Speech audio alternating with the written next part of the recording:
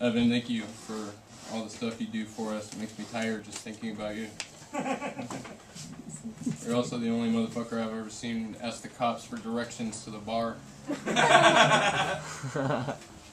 True stories. Alright, this is a new one. It's called Why Would You Do That?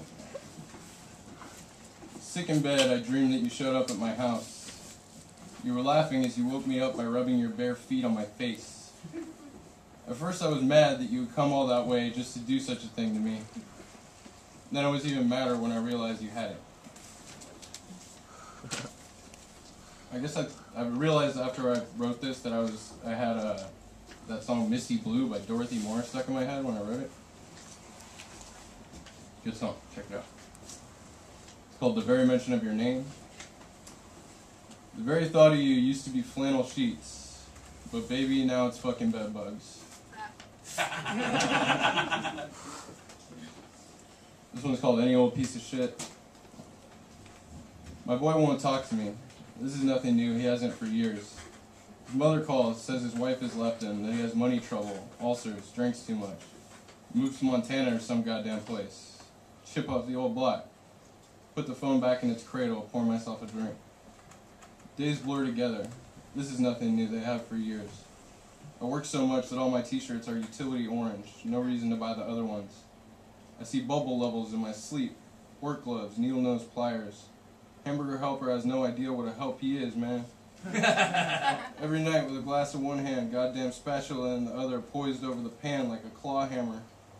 Boys at the video store are always glad to see me. This is nothing new, they've been for years. Come on. They smile, they call me Jimmy. Best part of my day. I bring them my old records sometimes, and God bless them, they still light up. Science fiction these days, any old piece of shit. The drinks are still good, and when I get home, sit in my chair, press play, and take that first long draw. I lied. This is the best part of my day. I don't pretend to have this whole world figured out, but what do I really need that I ain't got? I figure that makes me pretty goddamn lucky. Alright, this one's called 3 p.m. Don't worry, there's a lot of pages, but there ain't that much on them. I wish I could describe the afternoon light that comes through my bedroom window every day as I read and doze. I wish I could describe the afternoon light, gray through the fog as the washed-out VHS tape of Eraserhead as I watched as a kid. I wish I could describe the afternoon light, soft as the skin on your waist, the skin on the inside of your thighs near your pussy, the skin where your neck meets your shoulder. I wish I just could describe the afternoon light, quiet as the holding cell down 850 with the double pane glass once I gave up the banging and the shouting. I wish I could describe the afternoon light, comforting as the trains by the freeway, going beneath the overpass and into the tunnel, again and again, over and over. I wish I could describe the afternoon light, full moon over the orange groves for day in the city, my bed, Kronos' belly. I wish I could describe the afternoon light, but perhaps I'm a lousy poet, or perhaps I became a poet too late.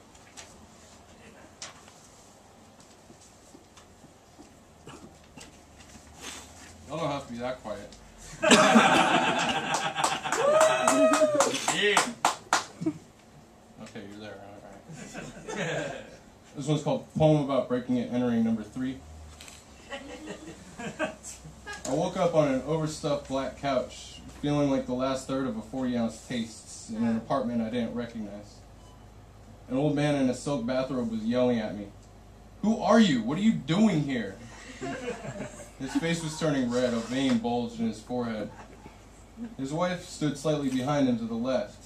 She was dressed lavishly, tastefully. She had a silk scarf fastened with a brooch from Tiffany's or someplace. These were clearly rich people. Everything was spotless, perfectly placed, looked expensive. They probably had an interior decorator. Her face was calm, kind. "How did you get in here?" he screamed. Sitting up now, I gulped for air like a goldfish. "You don't know, do you, dear?" she said calmly. "No, ma'am, I don't. Thank you so much for your hospitality," I blurted, and bolted for the door. I was all the way down the hall in 3 improbable strides. I had to chuckle to myself as I stopped, walked slowly back, and knocked politely 3 times on their door. I had forgotten my shoes. True story. So I really hate poems written in the second person addressed to the reader, so I wrote one. It's called Focus. It is a horrific mistake to want one thing more than any other thing in the world. With enough ambition or rotten fucking luck, one day you might get it. Then you're really fucked. It's called Phantom Limb Syndrome. Poems pour out like dry heaves, like scraping the last meat of melon from the rind. But there's hurt I just can't get at. Worms in wood, rats in the walls. The skin of a kernel of popping corn trapped between the teeth and gums, cutting ever deeper and always just out of reach. I ain't gonna read that one. Don't worry, it wasn't very good. This one's called Tiffany's. You know the store? Right? I went into the Tiffany's on Union Square with my father. It was crowded. Neil Young was the only other shabby-looking motherfucker in the joint. I was clearly the only one without money to burn. We went upstairs. The girl behind the counter looked at the rings through my ears, at the heavy ring hanging from my nose. "You look like you're good on jewelry," she said, and laughed nervously. I looked her up and down, looked her right in the eye. "What can you show me in stainless steel?"